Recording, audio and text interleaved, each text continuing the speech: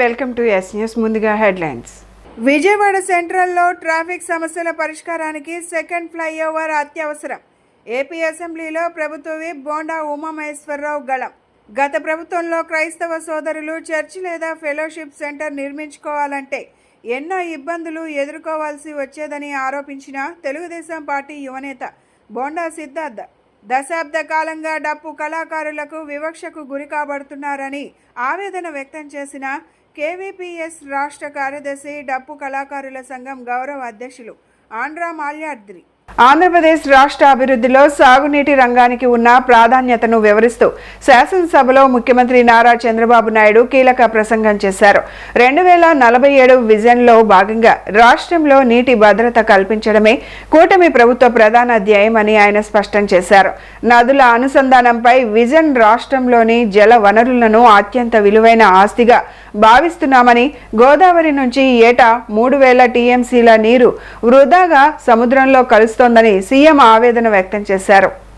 గంగా కావేరీ అనుసంధానం ఇది తన ప్రగాఢ ఆకాంక్ష అని, దీనిపై గతంలోనే చర్చలు జరిగాయని గుర్తు చేస్తూ తెలుగు తల్లికి జలహారతి ఇచ్చేలా ప్రణాళికలు సిద్ధం చేస్తున్నట్లు తెలిపారు.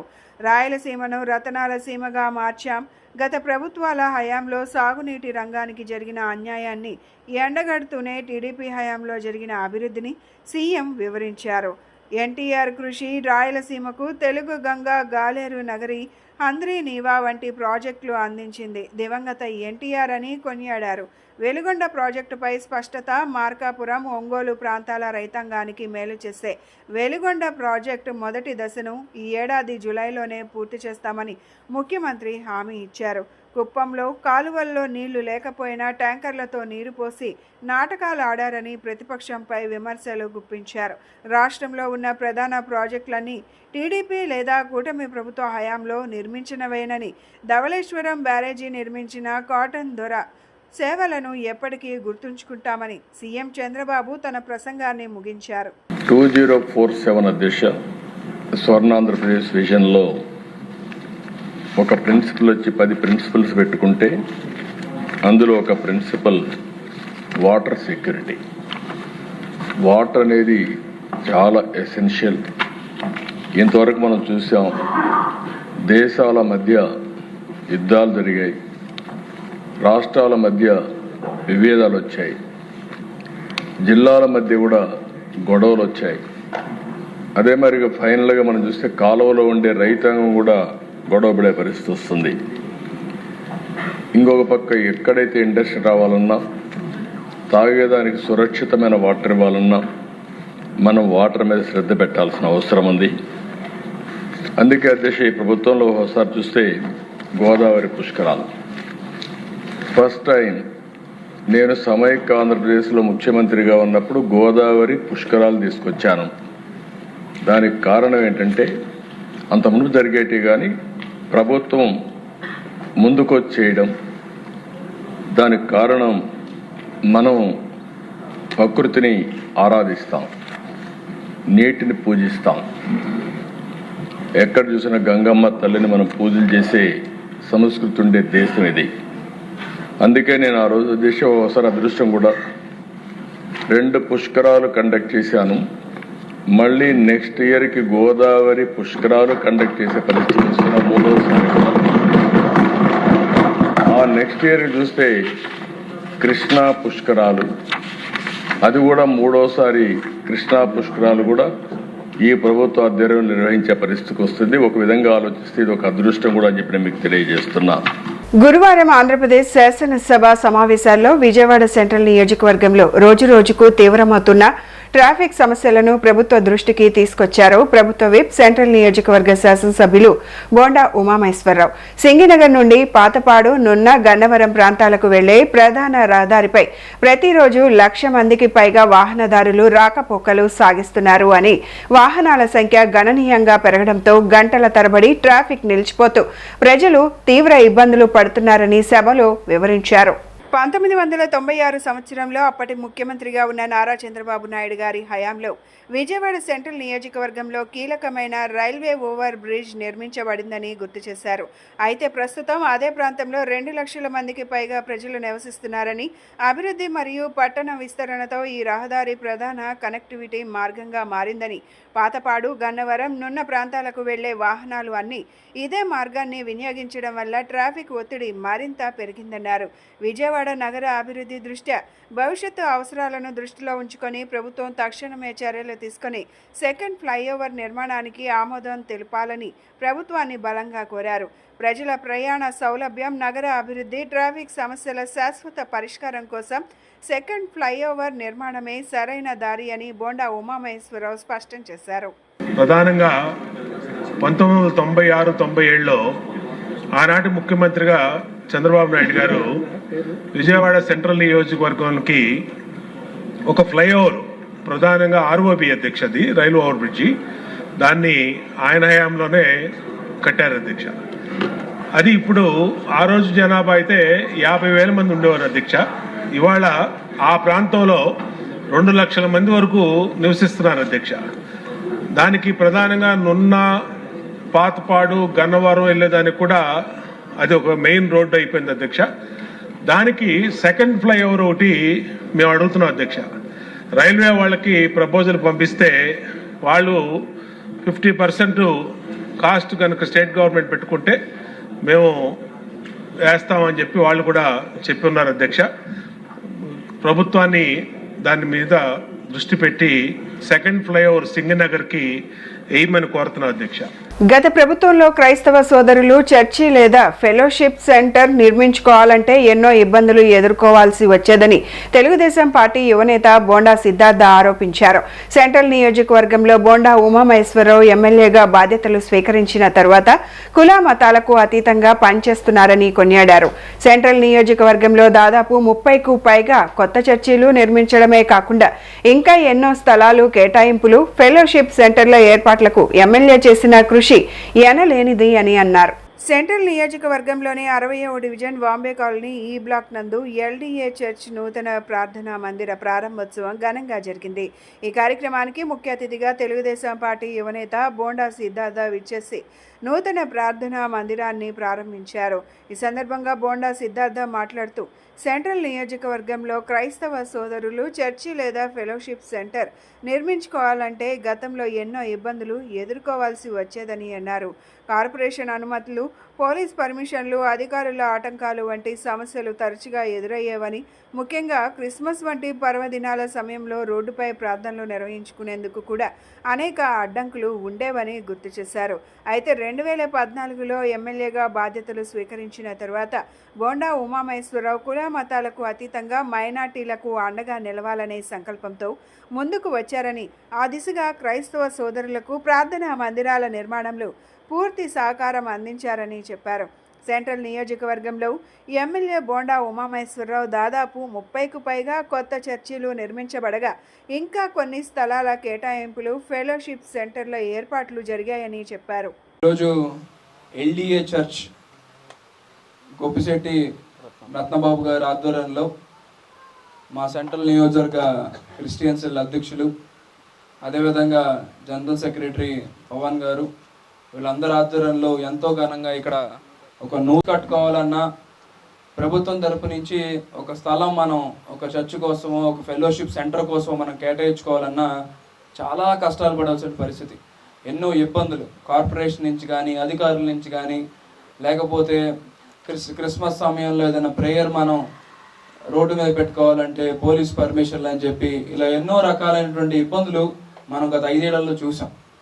కానీ ఎప్పుడైతే బోండా ఉమా గారు 2014లో శాసనసభ్యులుగా ప్రమాణ స్వీకారం చేశారో అప్పటి నుంచి ఒక కొత్త పద్ధతికి పునాది వేశారు. కుల మతాలకు అతీతంగా మైనారిటీలకు ఎప్పుడూ అండగా ఉండాలి, అందులో భాగంగా ముఖ్యంగా క్రైస్తవులకు ఎప్పుడు కూడా నేను చేరువగా ఉండాలన్న ఒక ఆలోచనతో ఆ రోజు ఆయన మొదలుపెట్టినటువంటి ఒక సంకల్పం ఈరోజు 2014 నుంచి 24 వరకు ఒక్క సెంట్రల్ నియోజకవర్గం మొత్తం కూడా చూసుకున్నట్టయితే దాదాపు 30 పైగా నూతన చర్చిలు మనం కట్టుకోగలిగాం.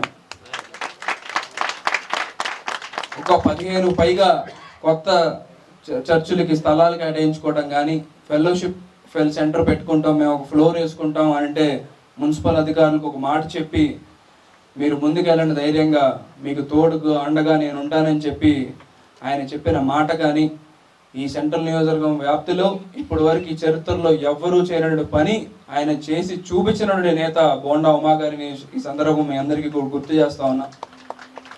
ఒక్క బాంబే కాలనీ యొక్క మనం ఒకసారి చూసుకున్నట్టయితే ఎన్నో చర్చిలు మనం ఆ రోజు క్రిస్మస్ సమయంలో స్వయంగా మేమే వెళ్ళి వాళ్ళకి చెప్పినటువంటి కష్టాలు, సార్ మా చర్చికి పెయింట్ వేసుకోవాలనుకుంటున్నాం, లేకపోతే ఒక ఆడియో సిస్టమ్ కొనుక్కోవాలనుకుంటున్నాం, మా చర్చికి కొంచెం ఇబ్బంది పెడుతున్నారు ఇరుగు పొరుగు వాళ్ళు అని చెప్పినప్పుడు వెంటనే అక్కడ సంబంధిత అధికారులని అలర్ట్ చేసి స్థానికంగా ఉన్నటువంటి మా నాయకత్వానికి కూడా ఆ మాట చెప్పి వీళ్ళని డిస్టర్బ్ చేయకూడదు, వీళ్ళు చేసుకునేటువంటి ప్రశాంతమైన ప్రార్థనను డిస్టర్బ్ చేయకుండా ముందుకు తీసుకెళ్ళండి అని చెప్పి అప్పుడు చెప్పాం. అప్పటి నుంచి ఇప్పటి వరకు కూడా మనం చెప్పిన ఏ చర్చికి కూడా అధికారులు ఇబ్బంది పడడం కానీ, పోలీసులకు ఇబ్బంది పడడం కానీ లేకుండా ఎంతో సంతోషంగా సాఫీగా మనం చేసుకోగలుగుతున్నాం ఆ ప్రభు ఆశీస్సులతో. ఆమేన్. విద్యుత్ శాఖలో సిబ్బంది కొరతను భర్తీ చేసేందుకు ముఖ్యమంత్రి చంద్రబాబు నాయుడు అనుమతితో త్వరలోనే నియామక ప్రక్రియ చేపడతామని ఇంధన శాఖ మంత్రి గొట్టిపాటి రవికుమార్ స్పష్టం చేశారు. గురువారం నాడు మండలిలో సభ్యులు ఆలపాటి రాజేంద్ర ప్రసాద్, కావలి గ్రీష్మ, బీటీ నాయుడు అడిగిన ప్రశ్నలకు మంత్రి గొట్టిపాటి సమాధానం చెప్పారు. క్షేత్రస్థాయిలో నాణ్యమైన విద్యుత్ సరఫరాకు సిబ్బంది అవసరం ఉందని మంత్రి తెలిపారు. నిరంతరాయ విద్యుత్ సరఫరా, రీస్టోరేషన్ పనుల కోసం అవుట్సోర్సింగ్, కాంట్రాక్ట్ వంటి వివిధ పద్ధతుల ద్వారా నియామకమైన 18,000 మంది సిబ్బంది విధులు నిర్వహిస్తున్నారని వెల్లడించారు. రాష్ట్ర వ్యాప్తంగా అందుబాటులో ఉన్న 5,580 మంది సచివాలయ ఎనర్జీ అసిస్టెంట్లకు విద్యుత్ శాఖ ఆధ్వర్యంలో శిక్షణ ఇస్తున్నామని మంత్రి గొట్టిపాటి పేర్కొన్నారు. సచివాలయ ఎనర్జీ అసిస్టెంట్లు విద్యుత్ శాఖకు పూర్తి స్థాయిలో అందుబాటులోకి వస్తే 77% పైగా ఖాళీలు భర్తీ అయ్యే అవకాశం ఉందని చెప్పారు. అదేవిధంగా క్షేత్రస్థాయి విద్యుత్ అవసరాలకు ఎటువంటి ఇబ్బందులు లేకుండా అందుబాటులో ఉన్న కాంట్రాక్ట్ అవుట్సోర్సింగ్ ఉద్యోగులను వినియోగించుకుంటున్నామన్నారు. 8,000 కోట్లతో ఆర్డీఎస్ఎస్ పనులు వినియోగదారులకు నాణ్యమైన నిరంతరాయ విద్యుత్ సరఫరా చేయడం కోసం 8,000 కోట్లతో ఆర్డీఎస్ఎస్ పనులు చేపట్టినట్లు మంత్రి గొట్టిపాటి పేర్కొన్నారు. అదేవిధంగా విశాఖపట్నం వంటి తుఫాను ప్రభావిత ప్రాంతాల్లో నష్టం కలగకుండా అండర్ గ్రౌండ్ విద్యుత్ కేబులింగ్ వ్యవస్థను ఏర్పాటు చేస్తున్నామని మంత్రి గొట్టిపాటి ప్రకటించారు. డిస్కమ్స్ లో కంపల్సరీగా క్వాలిటీ పవర్ మనం సప్లై చేయాలంటే దిగువన్న అధికారుల అవసరం ఉంది. తప్పకుండా దాని మీద ప్రభుత్వం పనిచేస్తా ఉంది సార్. లైన్ మ్యాన్ పోస్టులు ఇనిషియల్ క్యాడర్ పోస్టులు కావు సార్. అవి జూనియర్ లైన్ మ్యాన్ నుంచి ప్రమోషన్ ద్వారా ఫుల్ అవుతాయి సార్. అది అన్ఇంటరప్టెడ్ పవర్ సప్లై మరియు రిజిస్టరేషన్ పనుల కోసం అవుట్సోర్సింగ్ కాంట్రాక్ట్ స్టాఫ్ను కూడా నియమించుకోవడం జరిగింది. Pole to pole workers, field అసిస్టెంట్లు, షిఫ్ట్ ఆపరేటర్లు, అదేవిధంగా డేటా కంప్యూటర్ ఆపరేటర్లను కూడా చాలా పెద్ద ఎత్తున కూడా తీసుకోవడం జరిగింది సార్. రెగ్యులర్ మెయింటెనెన్స్ పనులు, సిస్టమ్ స్ట్రెంథనింగ్ పనులు, feeder bifurcation, RDSS load enhancement and voltage improvement పనుల కింద న్యూ చేస్తున్నాం సార్ ఇప్పుడు. మరియు కొత్త డిటిఆర్లు కూడా ఇన్స్టాల్ చేసే కార్యక్రమం ఈ ప్రభుత్వం చేస్తుంది సార్. అదే కాకుండా పవర్ ఇంటరప్షన్ తగ్గించేందుకు జరుగుతుంది సార్. వోల్టేజ్ స్టెబిలిటీ ఇంప్రూవ్ చేయడం కోసం, కన్స్యూమర్స్ కి క్వాలిటీ పవర్ 24/7 క్వాలిటీ పవర్ ఇవ్వడం కోసం ఈ కార్యక్రమాలన్నీ కూడా జరుగుతున్నాయి. పవన్ కళ్యాణ్ ఆశయాల కోసం నిస్వార్థంగా పనిచేసిన కార్యకర్తలే మా బలమని రాష్ట్ర పౌర సరఫరాల శాఖ మంత్రి నాదెండ్ల మనోహర్ వెల్లడించారు. విజయవాడ ఈస్ట్ లాంటి నియోజకవర్గాల్లో గతంలో కంటే 10 రెట్లు సభ్యత్వాలు పెరగడం పార్టీ పట్ల ఉన్న ప్రజాదరణకు నిదర్శనమని స్పష్టం చేశారు. జనసేన పార్టీలో సభ్యత్వాల పండుగ మొదలైందని, రాష్ట్ర వ్యాప్తంగా పార్టీ సభ్యత్వ నమోదు కార్యక్రమం అత్యంత ఉత్సాహంగా జరుగుతోందని చెప్పారు. కృష్ణలంక 20వ డివిజన్లో జనసేన పార్టీ సభ్యత్వ నమోదు కార్యక్రమం జరిగింది. ఈ కార్యక్రమానికి రాష్ట్ర పౌర సరఫరాల శాఖ మంత్రి నాదెండ్ల మనోహర్ హాజరయ్యారు. ఈ సందర్భంగా ఆయన మాట్లాడుతూ రాష్ట్ర వ్యాప్తంగా జనసేన పార్టీ సభ్యత్వ నమోదు కార్యక్రమం నేడు ఘనంగా ప్రారంభమైందన్నారు. మొదటి ఏడాది కేవలం 90,000తో మొదలైన ప్రస్థానం గత ఏడాది నాటికి ఏకంగా 13 లక్షల సభ్యత్వాలకు చేరిందన్నారు. కూటమి ప్రభుత్వ విజయంలో కీలక పాత్ర పోషించిన జన సైనికులు, వీర మహిళలు ఇప్పుడు పార్టీని మరింత జనాల్లోకి తీసుకెళ్లేందుకు సిద్ధమయ్యారన్నారు. ఈ కార్యక్రమంలో నాయకులు, కార్యకర్తలు పెద్ద ఎత్తున పాల్గొన్నారు. జనసేన పార్టీ అధ్యక్షులు పవన్ కళ్యాణ్ గారి నాయకత్వంలో పార్టీ సంస్థాగతంగా బలోపేతం కోసం రాష్ట్ర ప్రజలకి ఒక అంకిత భావంతో పనిచేసే విధంగా ఉద్యమి సభ్యత్వం ఈ రోజు నుంచి రాష్ట్రవ్యాప్తంగా ప్రారంభించుకున్నాం. అనేక సందర్భాల్లో మా పార్టీ అధ్యక్షుడు పవన్ కళ్యాణ్ గారు రాష్ట్రంలో ఉన్న యువత కోసం భావితరాలకు ఉపయోగపడే విధంగా ఒక చక్కటి ప్రణాళికతోటి ప్రభుత్వంలో ఈరోజు భాగస్వాములుగా కూటమి విజయంలో ఏ విధంగా మా జన సైనికులు వీర మహిళలు ఏ మాత్రం కూడా స్వార్థం లేకుండా కష్టపడి పనిచేశారో ఈ సందర్భంగా గుర్తు చేసుకోవాలి. మనస్ఫూర్తిగా 5వ సంవత్సరం ఇది సభ్యత నమోదు కార్యక్రమం. మొట్టమొదటి సంవత్సరం 90,000తో మొదలైంది. అది గత సంవత్సరం 13 లక్షల వరకు తీసుకురాగలిగాం. ఈ రోజున ఒక పండుగ వాతావరణంలో రాష్ట్రం మొత్తంలో ఎక్కడ చూసినా కూడా, ఏ నియోజకవర్గంలో చూసినా కూడా ఉదయం నుంచే మా సాధకులు ఎవరైతే కష్టపడి పార్టీ గురించి, పవన్ కళ్యాణ్ గారి నాయకత్వం గురించి, కూటమిలో మేము చేస్తున్న కార్యక్రమాల గురించి అహర్నిశలు ప్రజల్లోకి తీసుకెళ్లగలుగుతున్నారో వాళ్ళందరికీ ఒక బాధ్యత అప్పచెప్పి సభ్యత్వ నమోదు కార్యక్రమంలో ఎక్కువ మంది చేరే విధంగా ఒక బాధ్యతగా తీసుకుంటూ ముందుకెళ్తున్నాం. దశాబ్ద కాలంగా డప్పు కళాకారులకు వివక్షకు గురి కాబడుతున్నారని, ప్రభుత్వాలు మారుతున్నా డప్పు కళాకారుల జీవితాలు మారడం లేదని కేవీపీఎస్ రాష్ట్ర కార్యదర్శి డప్పు కళాకారుల సంఘం గౌరవ అధ్యక్షులు ఆంధ్ర మాల్యాద్రి ఆవేదన వ్యక్తం చేశారు. రాష్ట్రంలోని కూటమి ప్రభుత్వం డప్పు కళాకారుల సమస్యలను వెంటనే పరిష్కరించాలని, డప్పు కళాకారులకు అసెంబ్లీ సమావేశాల్లో ప్రత్యేక బడ్జెట్ను కేటాయించాలని డిమాండ్ చేశారు. విజయవాడ గాంధీనగర్ ధర్నా చౌక్ నందు ఆంధ్రప్రదేశ్ డప్పు కళాకారుల సంఘం ఆధ్వర్యంలో నిరసన కార్యక్రమాన్ని నిర్వహించారు. ఈ సందర్భంగా డప్పు కళాకారుల సంఘం గౌరవ అధ్యక్షులు ఆంధ్ర మాల్యాద్రి మాట్లాడుతూ దశాబ్దాల కాలంగా డప్పు కళాకారులకు వివక్షకు గురి కాబడుతున్నారని ఆవేదన వ్యక్తం చేశారు. రాష్ట్రంలోని కూటమి ప్రభుత్వం డప్పు కళాకారుల సమస్యలను వెంటనే పరిష్కరించాలని, డప్పు కళాకారులకు అసెంబ్లీ సమావేశాల్లో ప్రత్యేక బడ్జెట్ను కేటాయించాలని డిమాండ్ చేశారు. ప్రభుత్వం డప్పు కళాకారుల శ్రమను గుర్తించి డప్పు పండుగ నిర్వహించాలని, ప్రభుత్వ ప్రచారాల్లో భాగస్వామ్యం చేయాలని కోరారు. ఆంధ్రప్రదేశ్ డప్పు కళాకారుల సంఘం ఆధ్వర్యంలో మన విజయవాడ ధర్నా చౌక్ నందు రాష్ట్ర వ్యాప్తంగా డప్పు కళాకారుల సమస్యల మీద వివిధ అన్ని జిల్లాల ప్రతినిధులందరూ కూడా ఇక్కడ రావడం జరిగింది. ఎందుకనంటే కూటమి ప్రభుత్వం వచ్చిన తర్వాత డప్పు కళాకారులకు ఏ విధమైనటువంటి ఆన్లైన్ సౌకర్యం లేదు.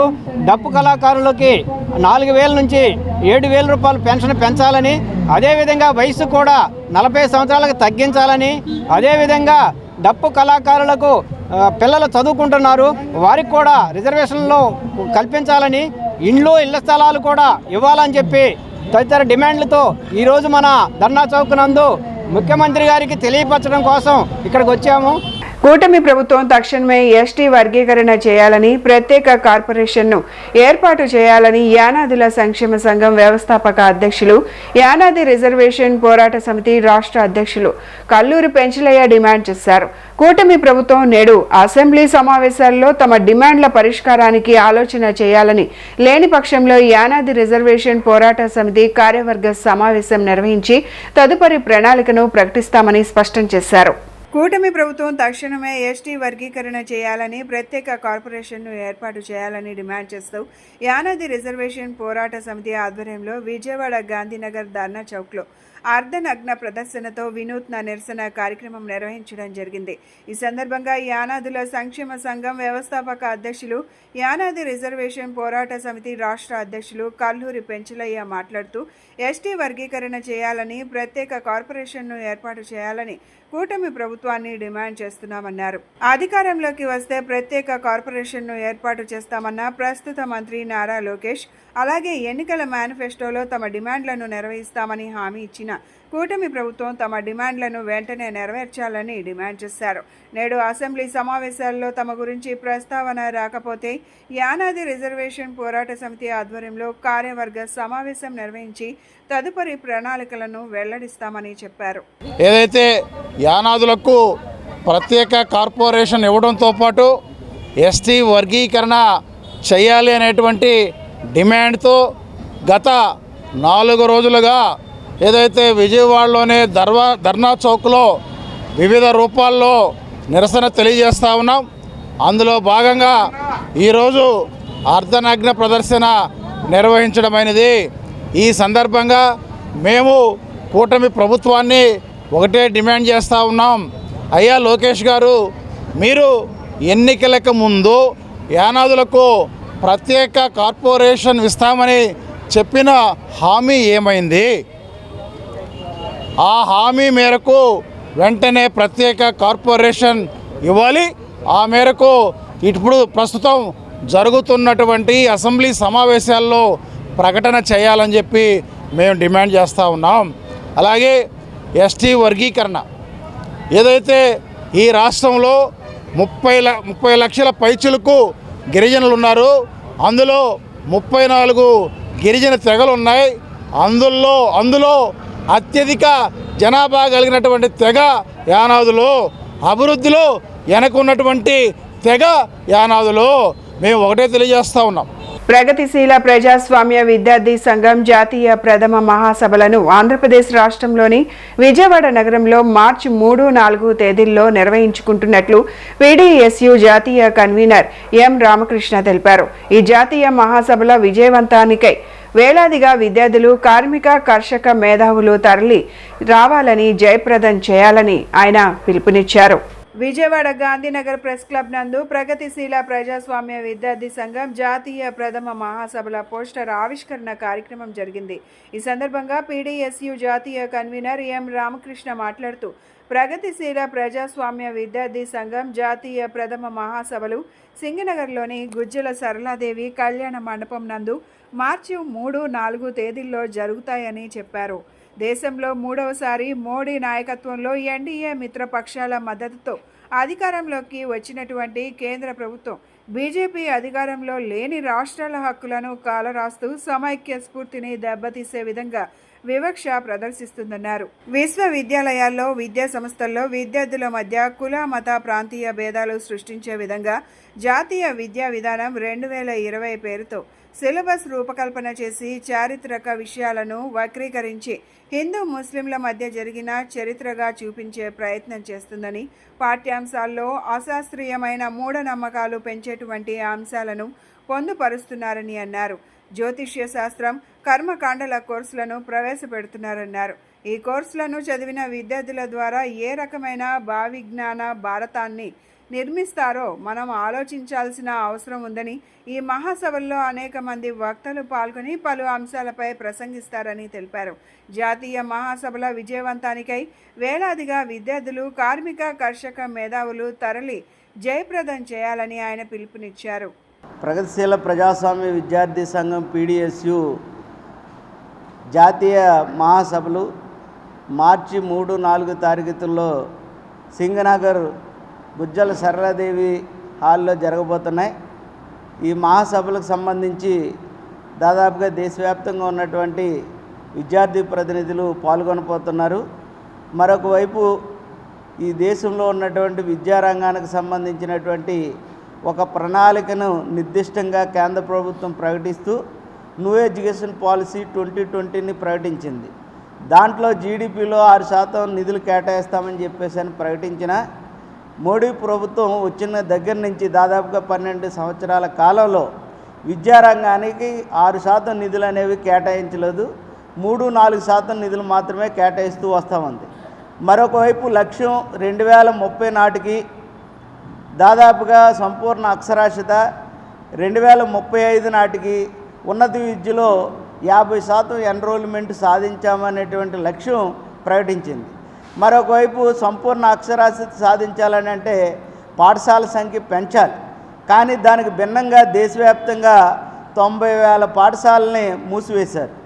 మరొకవైపు కార్పొరేట్, ప్రైవేటు విద్యా సంస్థలు దేశవ్యాప్తంగా పెరుగుతున్నటువంటి స్థితి నేడు కనిపిస్తూ ఉంది. కాబట్టి సంపూర్ణ అక్షరాస్యత సాధించాలని అంటే నిధులు మంజూరు చేయాలి. విజయవాడలోని లబ్బిపేట ఎంజీ రోడ్లో ఉన్న తాజ్ వివంతా హోటల్లో 3 రోజుల పాటు జరిగే half sorry weddings and celebrations అతిపెద్ద జ్యువెలరీ ప్రదర్శనను సినీ నటి లయ ప్రారంభించారు. 1964లో స్థాపించబడిన వారసత్వ ఆభరణాల సంస్థ పిఎంజే జ్యువెలర్స్ విజయవాడ లబ్బిపేటలోని ఎంజీ రోడ్లో ఉన్న తాజ్ వివంతాలో 3 రోజుల పాటు half sari weddings and celebrations పేరిట ప్రపంచంలోనే అతిపెద్ద జ్యువెలరీ ప్రదర్శనను విజయవంతంగా నిర్వహిస్తోంది. కాబోయే వధూవరులు హాఫ్ శారీ వేడుకలు జరుపుకునే యువతలు, వివాహాలు మరియు పండుగలకు సిద్ధమవుతున్న కుటుంబాల నుండి ఈ ప్రదర్శనకు భారీ స్పందన లభిస్తుందని భావిస్తున్నారు. నటి లయతో పాటు Hyder Ali, state head PMJ jewellers, Mohan Krishna, PMJ jewellers, Vijayawada store head వారి వినియోగదారులు కలిసి గ్రాండ్ జ్యువెలరీ ఎగ్జిబిషన్లో సితారా హాఫ్ శారీ జ్యువెలరీ కలెక్షన్ను ప్రారంభించారు. PMJ jewellers brand ambassador Sitara Ghattamaneni పేరు మీద రూపొందించిన ఈ కలెక్షన్ యువత వారసత్వం మరియు ఆశయాల కలయికగా నిలుస్తుంది. ప్రస్తుతం జరుగుతున్న ఈ ప్రదర్శనలో డైమండ్ కలెక్షన్స్, రంగురాళ్ల కళాఖండాలు మరియు సాంప్రదాయ పొల్కి ఆభరణాలు ప్రత్యేక ఆకర్షణగా నిలుస్తున్నాయి. ఈ ప్రారంభోత్సవం సందర్భంగా నటి లయ హర్షం వ్యక్తం చేశారు. ఆమె మాట్లాడుతూ పిఎంజే జ్యువెలర్స్ వారి half sari weddings and celebrations ప్రదర్శనలో సితారా హాఫ్ శారీ జ్యువెలరీ కలెక్షన్ను ప్రారంభించడం నాకు నిజంగా చాలా ఆనందంగా ఉందని ఆమె హర్షం వ్యక్తం చేశారు. సందర్శకులు ఈ ప్రదర్శనలో ప్రత్యేక ప్రయోజనాలను కూడా పొందవచ్చని, ప్రతి 3 లక్షల రూపాయల కొనుగోలుపై ఒక ఉచిత బంగారు నాణాన్ని అందిస్తూ వారి వేడుకలను మరింత గుర్తుండిపోయేలా చేస్తున్నారన్నారు. భారతదేశం మరియు అమెరికా అంతటా విస్తరించున్న పిఎంజే జ్యువెలర్స్ నమ్మకమైన ఫ్యామిలీ జ్యువెలర్స్గా తన ప్రస్థానాన్ని కొనసాగిస్తోందన్నారు. సాంప్రదాయం, హస్తకళ మరియు ఆధునిక హంగులను కలబోస్తూ ప్రతి బంధాన్ని కలకాలం గుర్తుండిపోయేలా ఈ సంస్థ తీర్చిదిద్దుతోందన్నారు. విజయవాడలో ఉన్న ప్రేక్షకులందరికీ, అలాగే మీడియా మిత్రులకి అండ్ ఇక్కడ ఆర్గనైజ్ చేస్తున్న పిఎంజే యాజమాన్యాలందరికీ నా నమస్కారం.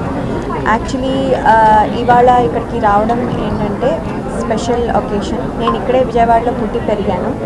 సో ఇక్కడ రావడానికి కారణం ఏంటంటే ఇక్కడ పిఎంజే జ్యువెలర్స్ వాళ్ళు బిగ్గెస్ట్ జ్యువెలరీ ఎగ్జిబిషన్ చేస్తున్నారు. అది కూడా హోటల్ వివంతాలో from 26th to 28th. So మీరందరూ తప్పకుండా వచ్చి ఇక్కడ కలెక్షన్స్ చూడాలని కోరుతున్నాను.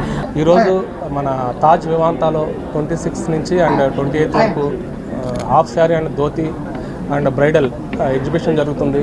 దాన్ని ఇనాగ్రేట్ చేయడానికి మన విజయవాడ తెలుగు అమ్మాయి లయ గారు రావడం చాలా సంతోషంగా ఉంది. ప్రతి ఒక్కటి బ్రైడల్ సంబంధించి కానీ అండ్ హాఫ్ శారీ సంబంధించి కానీ ధోతి ఫంక్షన్ సంబంధించి కానీ ప్రతి ఆల్ వెరైటీ ఉన్నాయి. అది కాకుండా ఇంకా ఎవరైతే పెళ్ళికి కాకుండా పెళ్ళికి ఎవరైతే వస్తారో వాళ్ళ చుట్టాలకు కూడా సంబంధించిన లైట్ వెయిట్ జ్యువెలరీ కూడా ఇక్కడ అరేంజ్ చేయడం జరిగింది. ప్రతి ఒక్కరూ ఈ 3 రోజులు వచ్చి ఈ ఎగ్జిబిషన్ విజిట్ చేసి మీరు మంచి మంచి డిజైన్ కలెక్షన్ చూసి సెలెక్ట్ చేసుకుని తీసుకుంటారని హార్ట్ఫుల్గా కోరుకుంటున్నారు. ఆంధ్రప్రదేశ్, తెలంగాణ రాష్ట్రాల విద్యార్థులకు అంతర్జాతీయ ప్రమాణాలతో కూడిన విద్యను అందించడమే లక్ష్యమని గ్రేటర్ నోయిడాలోని ప్రముఖ Sharada university out reach director సైబల్ Chatterjee పేర్కొన్నారు.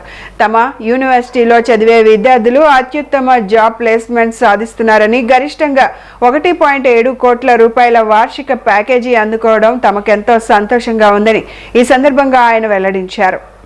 వెటర్నరీ కాలనీలోని అడ్మిషన్ యారో ఎడ్యూస్ సర్వీసెస్ కార్యాలయంలో ఏర్పాటు చేసిన విలేకరుల సమావేశంలో greater Noida Sharada university out reach director సైబల్ Chatterjee మాట్లాడుతూ శారదా యూనివర్సిటీకి NIRF ర్యాంకింగ్తో పాటు NAC A+ గుర్తింపు, NBA గుర్తింపు కూడా ఉందన్నారు.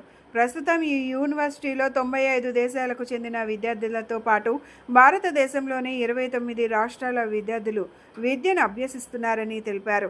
దక్షిణ భారత విద్యార్థులు, ముఖ్యంగా తెలుగు రాష్ట్రాల విద్యార్థులకు నాణ్యమైన విద్యను అందించడమే లక్ష్యంగా ఈ ఏడాది ప్రత్యేక ప్రణాళికలు సిద్ధం చేసినట్లు ప్రతినిధులు తెలిపారు. యూనివర్సిటీకి సంబంధించి 90,000 కంటే ఎక్కువ మంది పూర్వ విద్యార్థులు ప్రస్తుతం ప్రపంచవ్యాప్తంగా ప్రముఖ బ్లూ చిప్ కంపెనీల్లో స్థిరపడ్డారని, ప్రస్తుత విద్యార్థులకు కూడా మెరుగైన ప్లేస్మెంట్స్ కల్పిస్తామని ధీమా వ్యక్తం చేశారు. అనంతరం అడ్మిషన్స్ యారో వ్యవస్థాపకులు వెంకట్ కేతుబోయిన మాట్లాడుతూ ఆంధ్రప్రదేశ్ మరియు తెలంగాణ విద్యార్థులకు గ్లోబల్ ఎక్స్పోజర్, అత్యుత్తమ కెరియర్ మరియు భారీ ప్యాకేజీలు అందించడమే తమ లక్ష్యమని పేర్కొన్నారు. ఈ కార్యక్రమంలో శారదా యూనివర్సిటీలో అడ్మిషన్లు, ఇతర వివరాల కోసం విద్యార్థులు అడ్మిషన్ యారో ఎడ్యూ సర్వీసెస్ ప్రతినిధులను లేదా 9052 688999కి సంప్రదించవచ్చన్నారు. Good afternoon. On behalf of Sharda University, I welcome all the students of Andhra Pradesh and Telangana.